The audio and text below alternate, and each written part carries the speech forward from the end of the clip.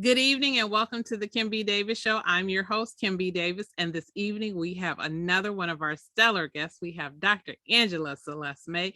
She is a clinical, organizational, and forensically trained psychologist. She is also the president and co-founder of A.M. May and Associates Incorporated, president and founder of Celeste Productions Incorporated, and she is the immediate past president of the Michigan Psychological Foundation Board. She is an author and musician, and she is also a trustee of the Michigan Health Council. Good evening, Dr. Angie. How are you? I'm fantastic. How are you doing, Kim? I'm great. So I am super excited about our topic because tonight we are talking about microaggressions. And we're talking about microaggressions and how they impact us physically and mentally. So, Dr. Angie, a few weeks ago, we saw our new Supreme Court Justice, Ketanji Brown Jackson, give us a master class in composure. And we talked a great deal about why that was so important, how we balance our emotions, how we respond to different things. But, in America, depending on who you are, so many things can become weaponized against us. Will you talk to us about and define for us first, what are microaggressions? And then let's dive deeper into some examples of what those things are. Excuse me. Absolutely. Well, microaggressions are what the word sounds like. Micro meaning small, mini or something very small. And aggressions, of course, when we think of aggressions, we think of aggressive behavior or some kind of angry behavior. We even think about being attacked in some manner, if someone's aggressive towards us, whether it's physical or verbal. So microaggressions, you take those two ideas and that's exactly what it means. It basically means small aggressive acts from one person towards another person. Typically, we don't talk about microaggressions in terms of negative things that we may do to ourselves, like, putting ourselves down, et cetera. Although it could fit under that umbrella as well. But usually we talk about it in terms of what one person does to another person.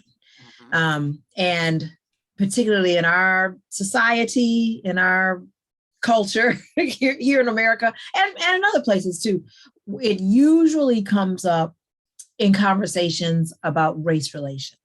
So typically we talk about those small aggressive acts from a person from one particular ethnic or racial, cultural background towards another person. It can certainly happen and does happen in lots of other instances, but in terms of our public discourse and the things that we read about and what people report on and what we talk about, it's usually has those racial overtones to it. And oftentimes it's from someone of a non-marginalized community towards someone who is considered part of a marginalized group. So that was my real nice way of saying some white people, not all. It is by no means all, but some white people towards some Black and brown individuals. Yes, that's often the way we talk about it. And you're absolutely correct. That is. Oftentimes we will hear people say, Dr. Angie, you speak so well. And you think, but I have a PhD. I should speak so well. You will have other people, and I know you've had this issue. Can I touch your hair? Oh my goodness, your hair. Look at your curls. Wait, yesterday it was straight. Now today it's curly. What can I touch it? You are such, and this is one of my favorites, you are such an interesting person. I've never met a Black person like you who likes to read and travel as much as you do. Dr. Angie, break some of this down for us. Why do people say these things? And are they meant in harm or in a negative fashion? I'm so glad that you added the last part to your question, because I want to work from there backwards, because every part of your question is so important. But the last part of your question is also very important because a lot of times people think that if they didn't mean it to be a negative, that therefore it is not, or they did not mean harm, that therefore they didn't create harm or do something that we would call an aggressive statement or act toward the other person.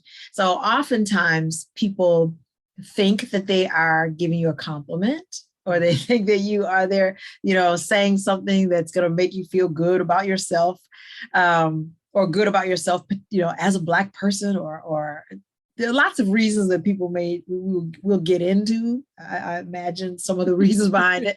But the last part of your question, to answer that, depending on who says it and why, there's a lot of diversity in the reasons. So there are lots of folks who say these things thinking that they're giving a compliment and they don't mean any harm. There are lots of people who say these things who really are trying to give you what people call a backhanded compliment. Yes. They really don't mean it as a compliment. It really is a kind of a put down.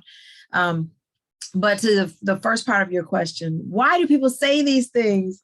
It goes hand in hand with discrimination and stereotyping and prejudice, all of those kinds of things. It's so interesting because I'm, one of the many things I'm honored to do is I teach at Wayne County Community College District here in Michigan, Southeast Michigan. And right now I'm teaching a dual enrollment course. So I'm teaching Introduction to Psychology to high schoolers. And that's what we're actually talking about today. We talked about that today. This is the next chapter we're dealing with. And it falls under the category of social psychology. So a lot of social psychologists do study this. And oftentimes social psychologists are not the ones who are doing the therapy and the treatment that we often think of that psychologists do, but they are doing a lot of the research. And other psychologists do it as well. But definitely social psychology studies all of this stuff. Exactly to your question, why do people do the things that they do, particularly in terms of one group toward another, that social, how we interact. So some of the things that social psychologists have found is, and any of us could attest to that just living life, is that one reason that people do that is because it's been modeled for them. So this is behavior that they're mimicking, they're copying because of their environment. They've seen it, they've heard it, they see their parents or guardians or other people do it in their lives, particularly when they're growing up. And we can be influenced at all ages, of course, but oftentimes we can be most influenced, during those developmental years. So it can be because of your environment. It can be because of your environment. Sorry. So that can mean your environment, meaning everything from what you've seen to how your own personal experiences. So for some people, they do it because that's what they've seen done and they're copying that. For other people, they're doing it because sometimes people are directly taught. It's not just that they observed it. That idea of observational learning. Well, research has also shown that kids in particular, we know they're sponges, sponges. So they take in what they see and then they mimic that. That's that whole observational learning part. But then there's also situations where people are very overtly and deliberately taught this. And for some people, for some families, again, they may think that they are teaching their children, here's how not to be prejudiced. Here's how not to be prejudiced. Always say something nice, kind of thing. Well, so it's, it may be coming from a good place, but I would say that it's similar to efforts to not be prejudiced by saying things like, I don't see color, which we talked about before. Yes. So there's a continuum. People are trying to move along and do better, which is fine for those who are trying to do that. So we go from overt racism and overt, negativity to I don't see color because people are trying to do better. But as we've talked about, we want to graduate to I see your color and I can celebrate and appreciate it. Because unfortunately, history has shown that seeing color has equated too often to negative experiences. So we're trying to get away from that. So yeah, microaggressions, it happens because it's learned, whether it's overtly taught or whether it's observed, which is oftentimes more often is the reason it happens.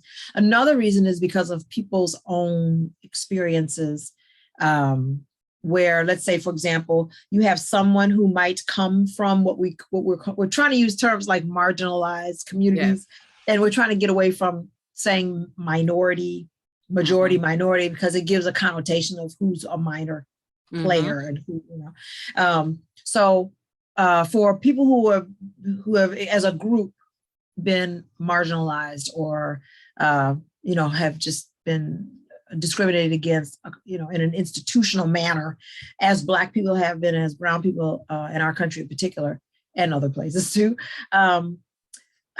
people will do those microaggressions because perhaps they've experienced being put down because of their background. And so therefore they try to, in their minds, perhaps trying to lift the other people up with these quote unquote compliments, but they're really, I guess we could talk about why they're not. So that's some of the reasons why people may do it if they're trying to come from a positive place, even though it's not the best thing to do. And then of course we have the other side of it where people do it because they're mean. Yes, absolutely. They're mean, they're angry, they're carrying a grudge, or they may not even, sometimes it may be, they're not even prejudiced per se, but they want to take out their issues on someone. And so this is how they attack or take out. Or they're angry because they feel they've been slighted or put down. And so they're going to get back in that manner. So those are some of the reasons. And you're correct. And so I'm going to share a couple of my experiences. So I'm going to give you two distinct experiences. One, I was at a national nonprofit in a local office. I was an employee and I was sitting with some people who are not part of the marginalized community. And there were only 5 of us in the entire region that looked like me. And we were having a conversation about traveling to Jamaica. And it just so happened there were 3 African-American people that worked in this particular office. Now, remember, there were 5 in the region. That meant there were 5 between 2 states. And yes, I've had some interesting experiences. And the conversation was from one of my friends who was African-American. She wanted to mess with the non-marginalized people and talk about going to Jamaica. Now, many people, if you've traveled to different parts of the Caribbean. We don't necessarily look at it as if you're going to Europe or you're going to Africa. We're like, it's the Caribbean. It's right there. It's like Canada. It's right there. Right. And so we started having this conversation and she started asking me where some place was. And I said, oh, it's over by Dunn's River Falls. And they just sat there and you've been to Jamaica? And I said, they do let us on planes. We actually so they do let us on what? They let us on planes. They let us on planes. And what made it was one of those moments, Dr. Angie. And what made it so bad was they kept saying, but we're so surprised you have been. And I wanted to say, because you think that I'm something that I'm not, because you have already have told me through conversations, you've never worked with African Americans before. The reason that I bring that up is because oftentimes when people say things like, oh, you speak so well, they've never been around certain populations of people. And so when they see them and it doesn't fit the stereotype or the narrative that they've been fed, they're seemingly shocked. Another instance, I was in a bathroom in college, Wayne State University in Detroit, Michigan, brushing my hair with a paddle brush. Yes, I have long hair. Dr. Angie, you've actually seen me. And this young lady who was of Indian descent was staring at me. So, okay, imagine you're in the bathroom and you're la, la, la, I'm just brushing my hair and there's somebody behind you just looking at you. And so you turn around, are you okay? Do you need something? Because you start to think like, okay, what's going on? Maybe Right. she needs some. I'm not sharing my hairbrush with you, but you need some tissue. You need some lotion. What is it? This is, 30 years ago. And she said, are you Black?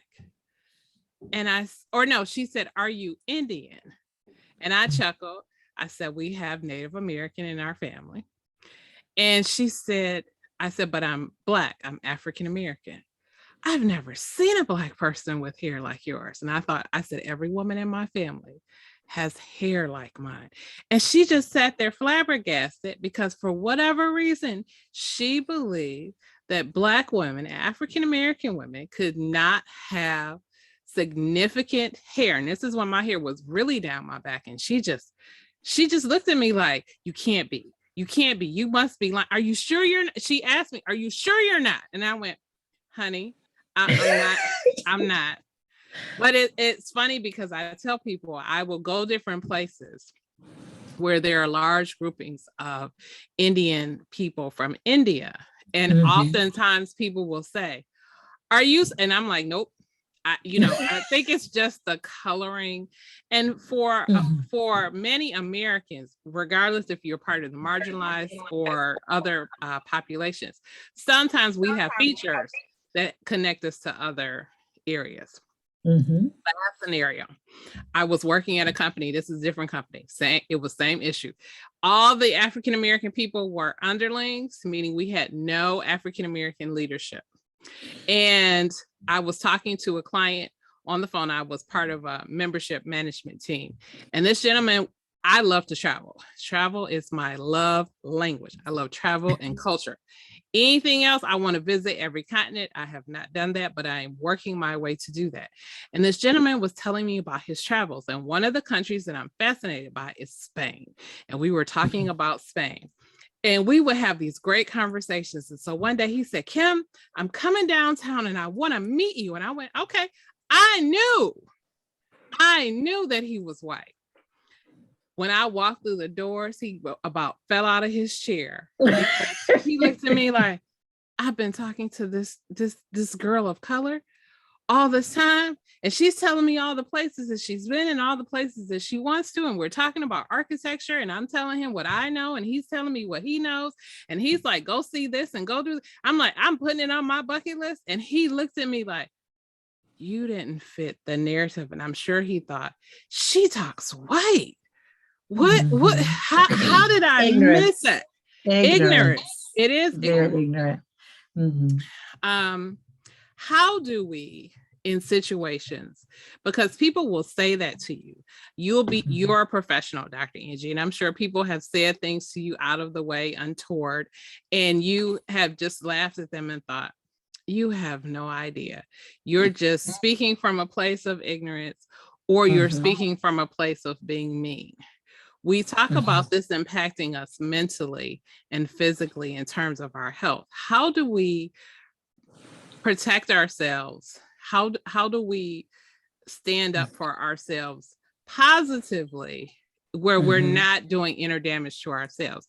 Because some people, such as our Supreme Court Justice Ketanji Brown Jackson, when you walk into those spaces where you are the first of your kind, and I hate to say that, but the first Black woman in America to be appointed to the U.S. Supreme Court, that puts some pressure on you, and you had to go through some things to get there, and suffer some negatives. How do you build yourself up? How do you keep yourself positive and not have a heart attack and develop cancer and some of these other things that people develop? Because truth be told, in America, so I just finished reading Caste by Isabel Wilkerson. Excellent book. And it talks about how African-American men, based on what industries that you're going into, if you are one of a few and you are pushing barriers or breaking barriers, there's a higher likelihood that you will develop diabetes and heart disease. So there are physical connections to disease. Absolutely. When people try to progress and propel themselves forward. Talk a little bit about that. And I know I just gave you a lot. That's all right. It's a lot. It's a meaty subject. So it's a lot. It's a lot. The subject is just so, has so many nuances and aspects. Well, it's an excellent question about how do we protect ourselves, because it does do damage, exactly like you were saying. And Justice Katanya Brown Jackson, just love saying that. She, I think, in addition to her physical presence and the way that she remained poised, she also demonstrated for us some of the ways that she deals with the microaggressions that she has lived through. And at this high level in her career that's so well earned, still having to run into that. Some of the things that psychologists that we would recommend, she has a very supportive, close network. That is really, really important.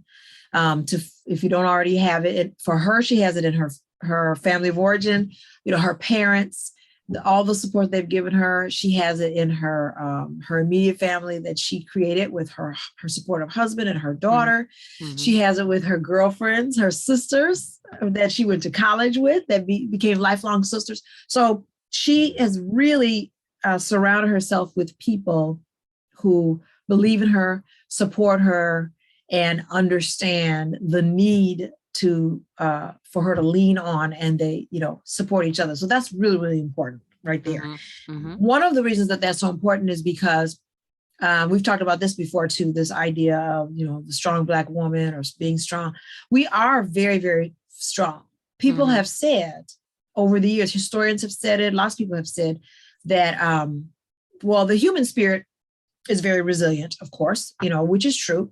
And we've seen people from all different backgrounds. We see what's going on with the Ukrainians. We've seen what's happened with Jewish people down through the generations. So we've seen so many examples of human strength in combating and pushing back and keep going forward when they have so much against them.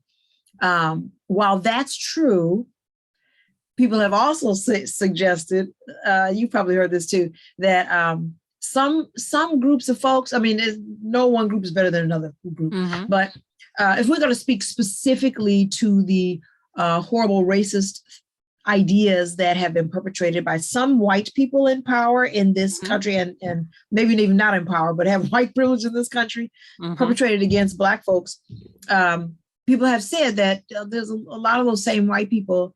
There are lots of strong white folks, but some have said a lot of those white folks wouldn't be able to stand up against. They and still be sane and raise families and still be here in the way that we are. So we are very strong people. Part of that strength has to do with having developed skill sets that I think a lot of times psychologically we may not even be aware that we've developed to be able to deal with that. We historically have a huge sense of humor.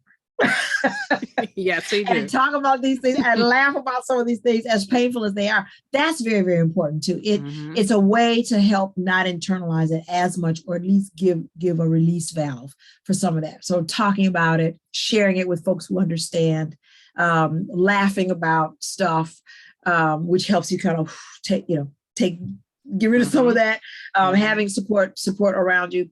All that's very, very important.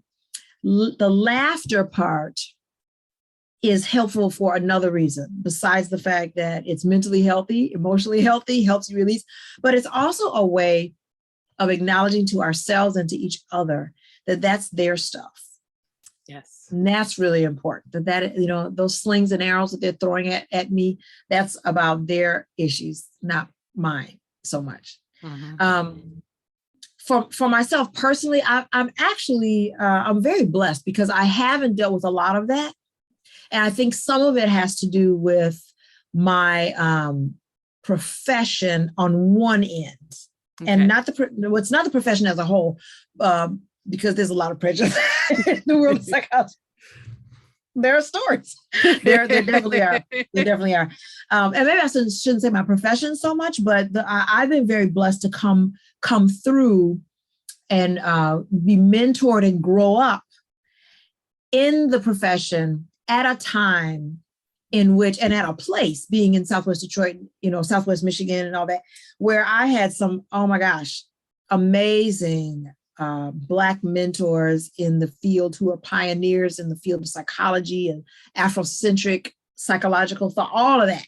So part of it is the profession can, unfortunately, and has, there's some stuff going on now even that just historically has been very, very racist, very racist, very racist. Some of the leaders, very racist. So I should say profession so much, but like I said, my milieu, my environment coming through were with, like I said, some of the men and women who were just absolute pioneers in creating spaces, organizations, helping to push forward, authored books, articles, and really on the front lines of helping to force a more equitable concept of what psychology looks like from Black people, and from, and has, as a result, has influenced those of Latin descent who are psychologists, Indian, so that there's I've been surrounded by this rich conversation and change making. So that has been very helpful, and I've been very blessed in my environment for that. Another thing I have to keep in mind too, and we definitely need to talk about, and that's colorism. Yes. There's colorism, and there is a type of privilege that shouldn't be. It's all a part of the twisted labeling of who has more. The caste system. It's the same thing. Yes. That that kind of thing. I know there are a lot of light skinned women who have heard this. I'm sure. I've never heard anyone say you're very pretty for a Black girl. I've never heard that. Literally. And I've heard that for friends of mine who are darker skinned, people have said that to them, and I'm going, oh wow, you're ignorant for bounds. Okay. But I just needed to say yes. Yeah, it does. Exactly. It does abound, but I've never heard that. And sometimes I have to having grown, I have a very eclectic background. So, my folks had, Canadian friends, white friends, just, different backgrounds and stuff. Part of my education was, it's so interesting because I had this wonderful eclectic education. So first kindergarten to fourth grade was Detroit Public School. And when the school I went to, William H. Peck School, which no longer exists, but Principal Bailey, she was having none of it. And it was about excellence. And so it was a wonderful experience going to Detroit Public School, 5 blocks from where we live. We used to walk together, all that stuff. So then I go from that to a completely different culture, to a small little Lutheran, all white, like my mom, my brother, and I integrated. I say we integrated. This is when Rochester had dirt roads. So, so total culture shock. Where I got more of that experience that you're just talking about. Does it come off? Because thankfully it was a small Christian community, kind of more rural and stuff. So they definitely had their prejudices, but it was more of a kind spirit where they really were asking because they really didn't know. By and large, it was, so it was a positive, almost entirely positive experience for my brother and I going up there. But yeah, assumptions that, they had smaller homes. We lived in a very well-off mini mansion, very well-known, famous neighborhood in Detroit. And so they assumed that we must have been worse off until they saw where we lived. It was like, no, we have the actual large, so yeah, definitely, does it come off, that kind of thing.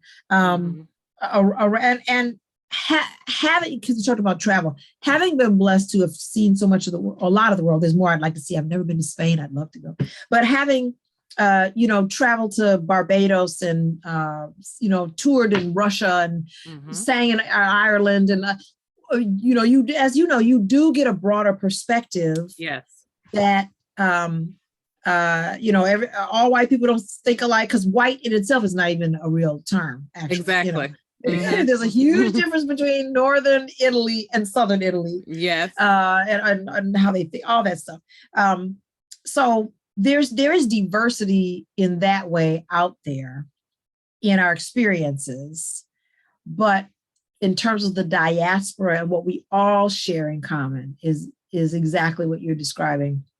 It's a level of ignorance that typically assumes we have less in some way. And if we seem to have skills, skill sets, whatever the case may be, it's a surprise for some those who are ignorant. So one thing that's universal is ignorance. Yes. Yes. Microaggressions comes out of ignorance. So it really does. And as you know, and also there's just like what you described, there's a how dare you.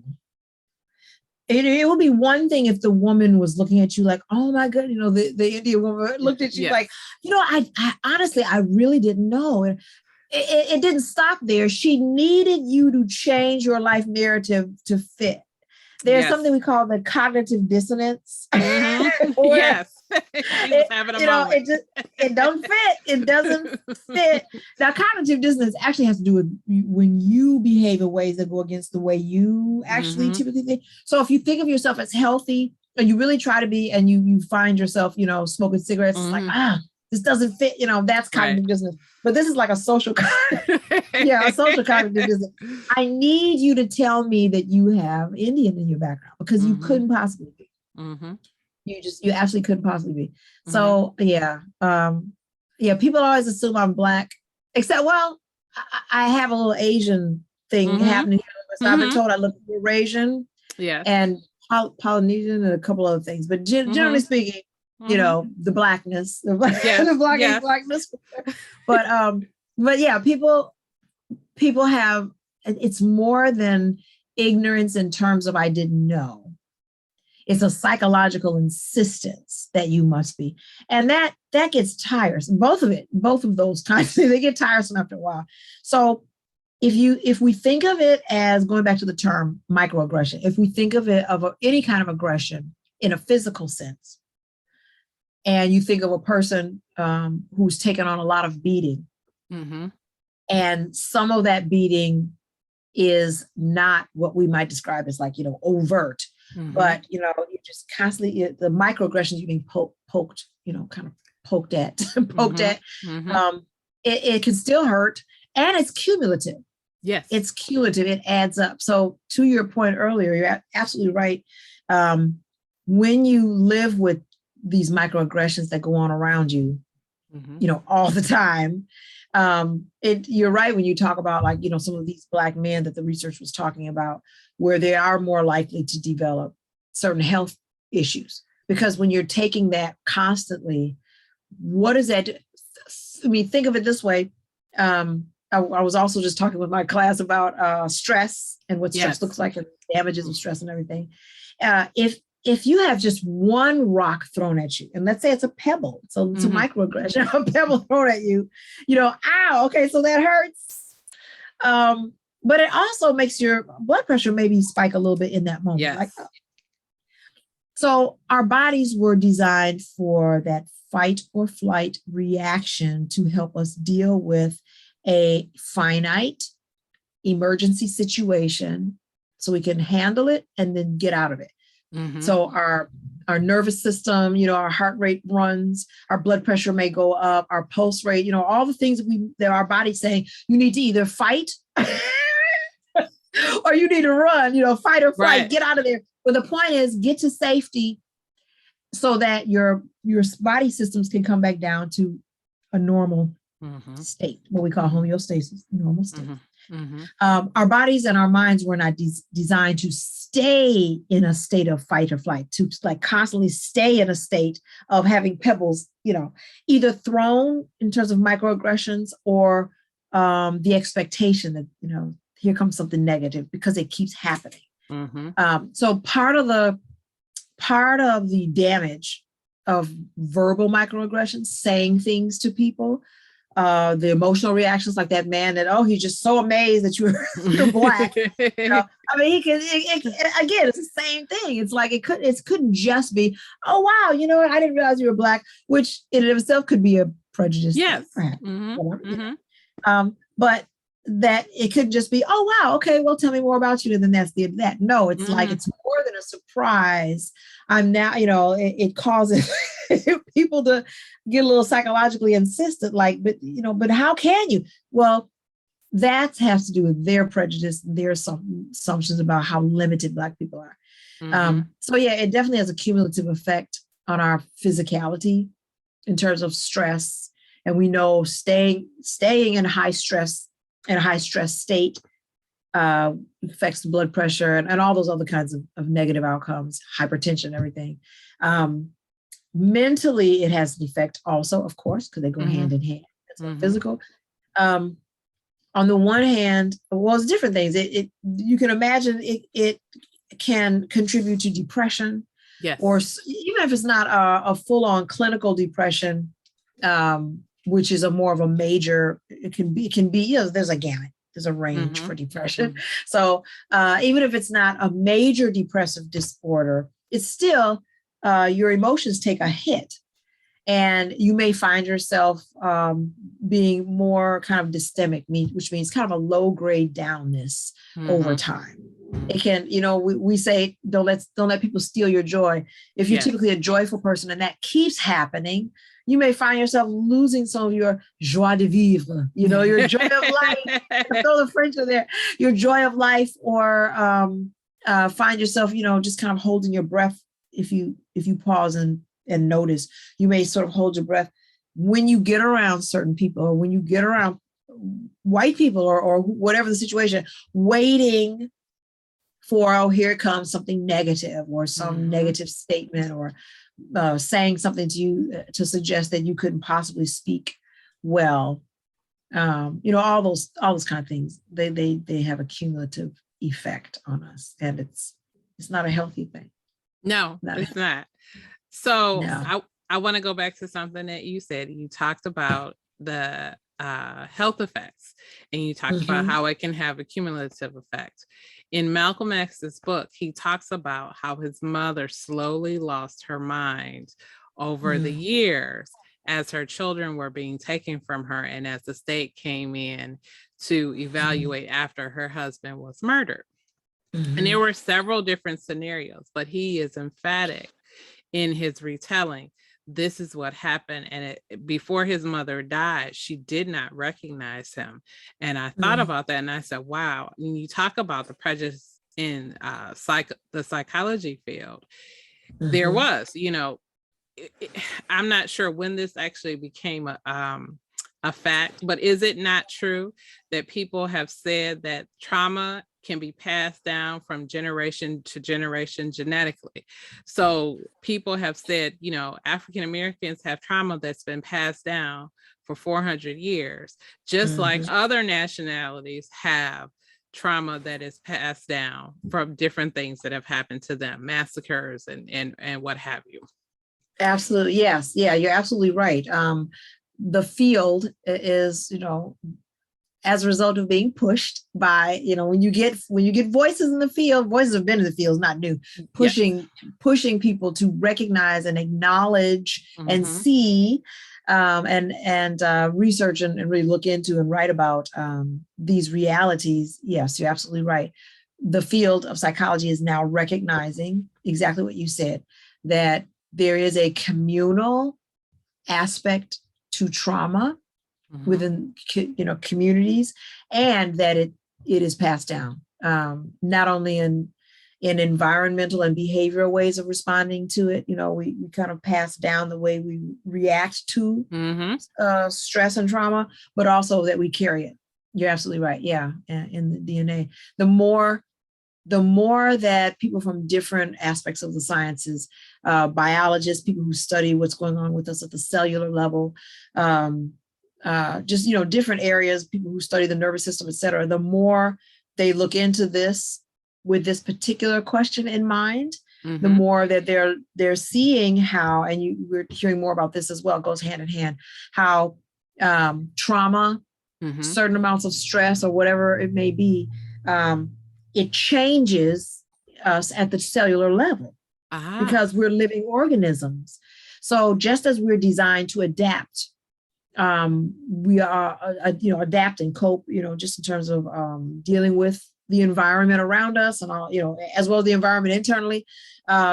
If you, like, for example, if you take someone who has an injury, like a physical injury, and it may be chronic, or it may be an injury that will never fully heal. So you find yourself like, using your body a little differently, or, walking or using your hip kind of differently, because our bodies try to adapt to keep us upright and, keep us going forward.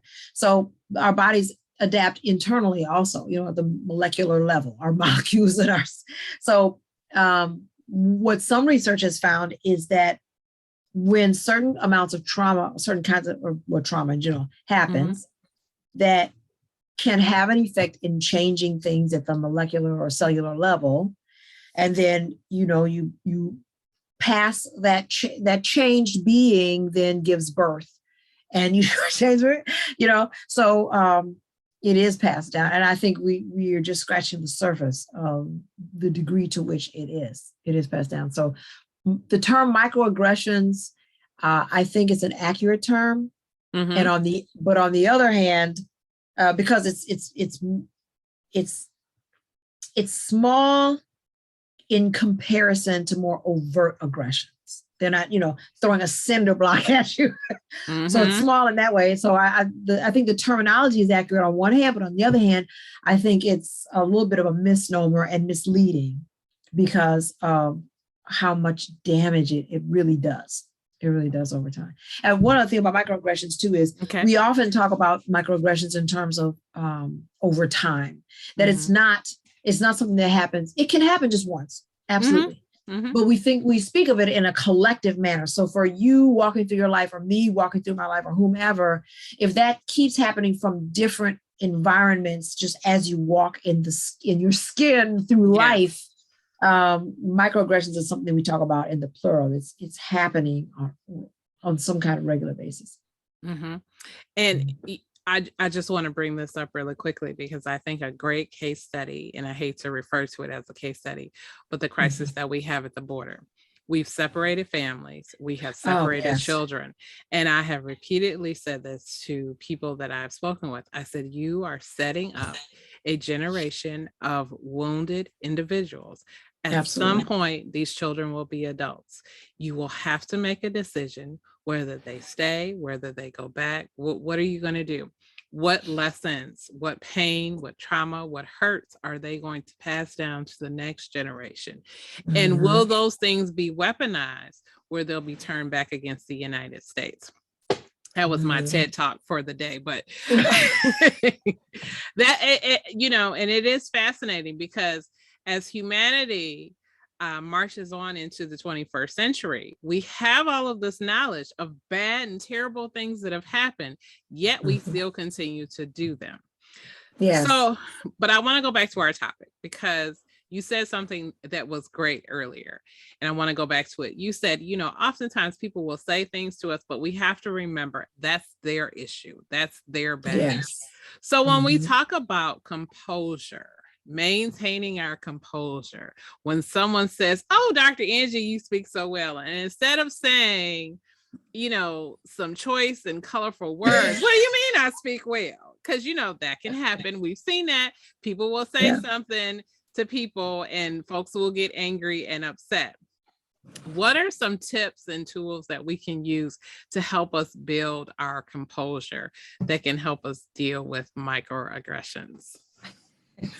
Well, I'm chuckling because certainly earlier in life, I was always a spitfire at home, comfortable in my skin. But of the three kids, well, we're all, my brother and I were the more shy. My sister's actually has her own version of shy, but it was easier for her to be kind of out there a little bit. So that's grown over time. So earlier in my life, I've definitely been caught flat-footed, like jaw on the floor, like what? And then you go back and you like beat yourself up because like, why didn't I say?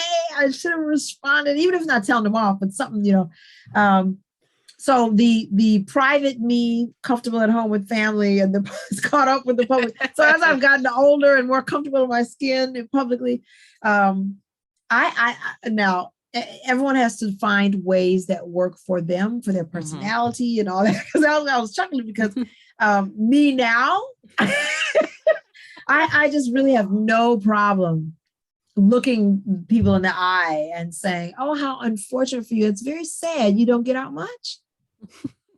You never. What do you mean I don't get out much? You don't get out because all the Black people I know speak like I do. Exactly. For most of them, anyway. I mean, we speak in lots of different ways. Do all the white people that you know speak like you?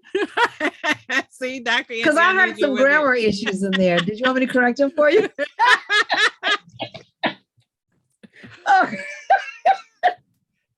So a funny thing, I'm an educator. I'm a college professor. I can help you with some things you just said. See, so on Twitter today, it was so funny. There was an exchange with someone about, they were making a critique about some issue and they ended a sentence with a preposition.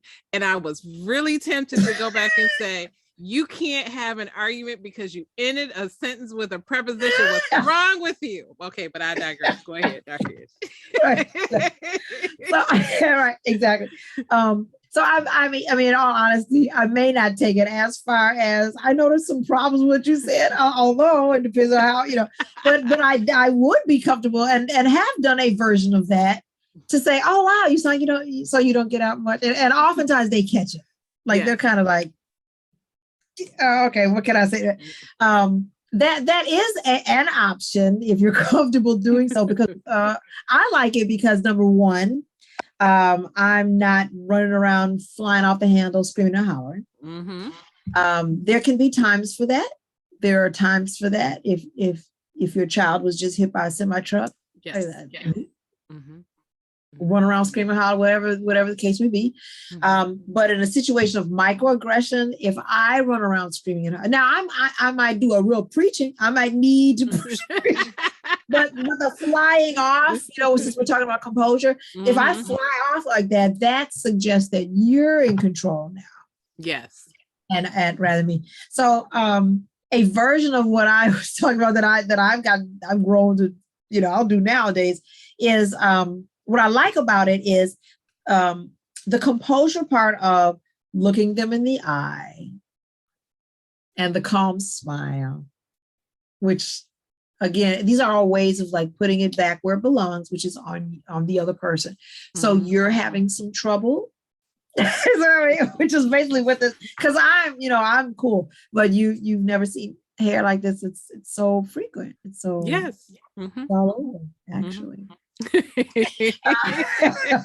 it's a way of getting it off of you, making it about them, and I didn't cuss them out. I'm not going to leave my ladyhood in any manner. I'm not going to let anyone take me there. Maintained my Christianity. I don't want to put you down. Now, okay, if I said, "Do you need me to help you?" Jesus may not be pleased with that part, so maybe I shouldn't do that. But so it's one way in which you, and to be quite honest, not that I've always rehearsed or whatever, but sometimes if you find yourself in a situation where that keeps happening, like a particular environment or at work or whatever, and you do get like caught, flat-footed, or you're shy or whatever the case, sometimes it is helpful to actually practice your responses. Yes. You don't always know what someone's going to say or what they'll come up with, but just generally speaking, practicing the responses, even if it's not exact word for word, although it could be, but practicing things like, okay, because this goes on, the practicing has to do with doing it in the mirror, actually physically do the behaviors, but it also has to do with visualizing it in your mind, what you would like for it to look like or what it could look like. So the practicing has to do with take a deep breath and just exhale. I'm sure Justice Brown Jackson did a lot of that, whether we saw it overtly or not, just that first step is really important, really, really important, because it gives you time to collect yourself. It Mhm. gives you time to not fly off the handle and say something that you might regret later, Yes. or that can, or anything like that. It gives you time to develop and maintain your composure. We're talking about that. So taking that deep breath first, and you can actually stand in the mirror and do this, like deep breath, and then think about not the words so much, but what is the message you want to convey. Mhm. And then the third part is practice some words that might help. So I just keep thinking I'm terrible. I keep thinking that you don't get out much. It's just here, like you may not see it. Like the hair. Let's say I'm staring at you because I've never seen. I didn't know Black people had. So you could in the mirror, because that keeps happening with you and your long hair, Kim. That keeps happening. So let me go stand in the mirror. Just what might I want to say? Well, you did say some excellent things. You said it's in my family. You let her know it's not, just, strange and unique. Are you sure? Mm-hmm. So I really do think as long as it's I would not promote mean-spiritedness. At least I wouldn't, not on purpose. But I really do think it is important sometimes, because to turn it around the other person, because it also, in addition to not letting it be about you giving the responsibility back to where it came from, but also it forces them to think for a minute. Mm-hmm. So if they say, I've never seen, a long hair, like, or Black people. So you've met all the Black people in the world? That's a good answer. I like that one. Like collect a few and write them down, so that can help. Another thing that can help is mentally reminding yourself that this is their stuff, their ignorance. And I think it's also important to mentally remind yourself that people really are ignorant, and meaning that a lot of times people use ignorant, they throw it at people as if to say it's the same as, you're stupid, you're dumb. When I say ignorant, I don't mean that. I mean the actual dictionary definition of the ignorance, which is lack of knowledge. Yes. That it helps a lot too, to have. It's hard to not make it about us because it's being said to us, and it is a microaggression. But to take that and say, you really don't know, really don't know. So this is an opportunity to educate this person, or maybe give them a little more information. Things like, many Black people share similar hair types, but all Black people don't have the exact same hair type. As a matter of fact, we have a lot of different types. Yes. And even kinky curly hair has lots of different aspects to it. So, we come in lots of different shapes and sizes and hair types. So I understand you've never seen it before, but yeah, there's a lot of us. A lot of us have. Yeah. Yes.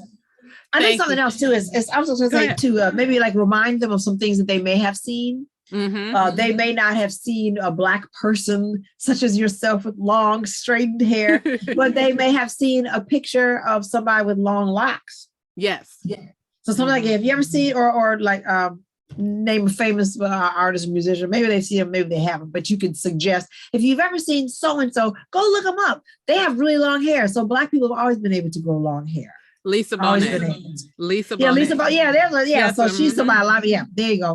There's lots of examples, but she's perfect. Yeah, and that's a part of the practicing too. Okay, I'm gonna be ready with who could I mention? Go look them up. Yeah, they have. Yeah, absolutely. So there's lots of us that have. So yeah, we do. But try not to be so angry at the people.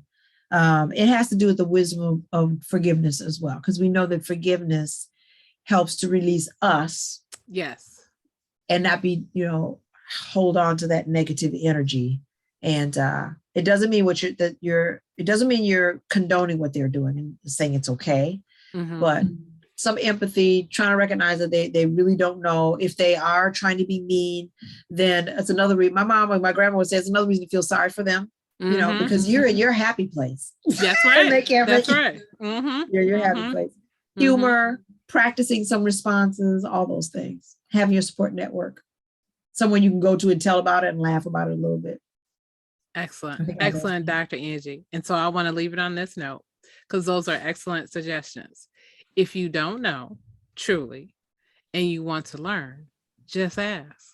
Say, I'm sorry, I'm not trying to be rude, but can you explain to me, because I really didn't know.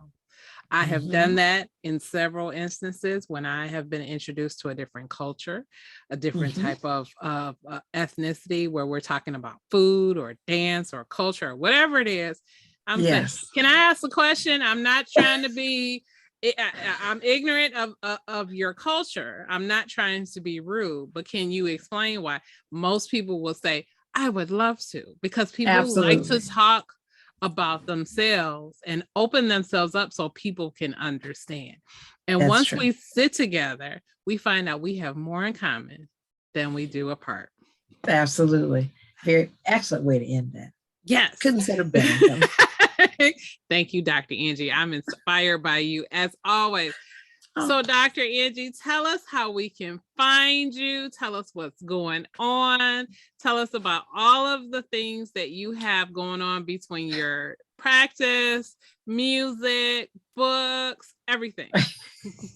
Well, first of all, you can find me on all the socials, except for TikTok. I'm not on TikTok yet, or I'm not on TikTok. But yeah, I'm on Facebook, Angela Celeste May. You can see it. Wait, you can see it from my... Yes. I like that. You see it on my little, there you go. So yes, I don't go by a stage name for the musician side of me. It's just Dr. Angela Celeste May. So Google me, and I'm on Facebook. Dr. Angela Celeste May is my Facebook professional music page, and then Angela Celeste May, friend me on my Angela Celeste May regular personal Facebook page. Instagram, Angela Celeste May. I have a YouTube channel, Angela Celeste May. The YouTube channel is primarily the music side of what I do. So I am a professional vocalist and vocal teacher, and I play many instruments also, and I'm a writer and producer and do lots of things. So the YouTube channel is more so for the music side. I do vocal quick tips. I talk about different subject areas like genres of music, and explaining, and answering questions of my subscribers. So come on over and follow me there. I'm on Instagram also, again, Angela Celeste May. Since I'm talking about the music part, you can go to my Reverb Nation site, which is REVERB, Reverb Nation.com/Angela Celeste May. So that's where you can hear the music from my different albums and see what I'm up to performance wise. On the psychology side, I am, as I mentioned, I'm faculty at Wayne County Community College District, former faculty at University of Phoenix. I just taught University of Detroit too. So I teach college courses in psychology, and I'm also former dissertation chair. So the teaching for psychology, I am also the president and co-founder of two companies. One is A.M. May and Associates Incorporated, that I founded with my sister, Michelle May. So in our company, we do counseling, consulting, and coaching of lots of different things. So personal and professional coaching, also coaching for fellow creative professionals and doctorate students. I do doctoral coaching. So if you are thinking about pursuing your doctorate, it doesn't matter what field. Even though I'm in psychology, I have mentored and helped and been a dissertation chair for people getting their PhDs in psychology, yes, but also in education, in business, like different areas. So contact me at any of those social sites. AMA and Associates is also on Facebook as well, and on Instagram as well. Our website is ammayassociates.com. So you can go there as well. And then I didn't mention, when I was talking about the music, my production company, which is Celeste Productions. So you can go to all those different areas to find out about all those different things that I do. I've released 2 albums on Reverb Nation. You can see the music from both. My latest album, my last one, Reintroducing the Lady, is available on iTunes. My first album I've got to get it back up there, but Amazon, iTunes, all that. My book. Yes. There it is. My book, Freedom. I was just talking with someone recently, and she was making reference to my book recently. So it's called Freedom: What is the Experience of Living Without Negative Self-Imposed Limitations? And I did research. It was my master's thesis, and I wanted to do research on resilience and what helps people to bounce back or move forward if they're stuck in their lives in some manner. So I interviewed several people from lots of different backgrounds, and there were 7 key themes that came out of those interviews about how in different ways they were able to come from a place of being stuck, whether it's emotionally or in their careers or relationships or whatever, to a place where they were thriving. And those 7 themes are applicable to, across the board, whatever you may be dealing with. So pick up your copy of Freedom. This is the soft copy. There's a hard copy as well. You can get it from Ex Libris, which is the publisher site, XLIBRIS, or you can get it from Amazon as well. Or you can just type in Freedom, Dr. Angela Celeste May, and like we were talking about before, it's out there on lots of other sites as well. It's out there. So that's what I've got going on. Last few times I've been on, I've been saying that I'm writing, which I am writing. So I've got enough songs for an EP at this point, like 5. I've got like 6 songs, 5, 6 songs. Nice. Yeah. So I'm excited to, as this semester winds down, a lot of times I do recording in the summertime anyway. So I'm looking to go into the studio again and do some recording of new material and some other stuff. And I will be doing some more performing a little bit later. So that's what all's happening at the moment. That's most of what's happening. It's not everything. It's most of what's happening. What about the consulting group? Is that still going on? Or Oh, yes. They're an A.M. and Associates. One of the ongoing programs that we've developed is thank you for asking. It's a power group for women, but we call it a mastermind. So mm-hmm. It's over, we meet every other Monday mm-hmm. in the evening via Zoom. It's virtual. And it's for a group of women who are, whether they're entrepreneurs or working in someone else's company, but they are already women who are either established or trying to establish something, in terms of a company or whatever the case may be. They're leaders in some manner, and we're helping to grow it's a consulting, coaching kind of thing. We're helping them to just take what they do to the next level. So we have last year, this is like our inaugural. So we did our first, we're calling it a mastermind. So mm-hmm. the first one was last fall. We did a regular women's group meeting. It was about, I think it was a month or a little over 6 weeks or so. We met every week. And so we took that women's group and expanded it to this mastermind to give even more help over time. So we have a fall cohort. We're in the middle of our spring cohort right now. And so it ends at the beginning of June. So we will start the next cohort in October. So we're doing an October to December, January-ish. And then we're doing the spring as we're rolling forward. So right now we're halfway through our power group for Women Mastermind. But do come to AMAandassociates.com. Come to our Instagram page and our Facebook page for sure, as well as my personal, like any of that, you will see we're going to start advertising and letting people know about the pricing and all that in another few weeks for starting to sign up for the October one. So as we're getting into May now, so probably mid-May or June-ish, early June, you'll see information out there for the women's power group, Power Master.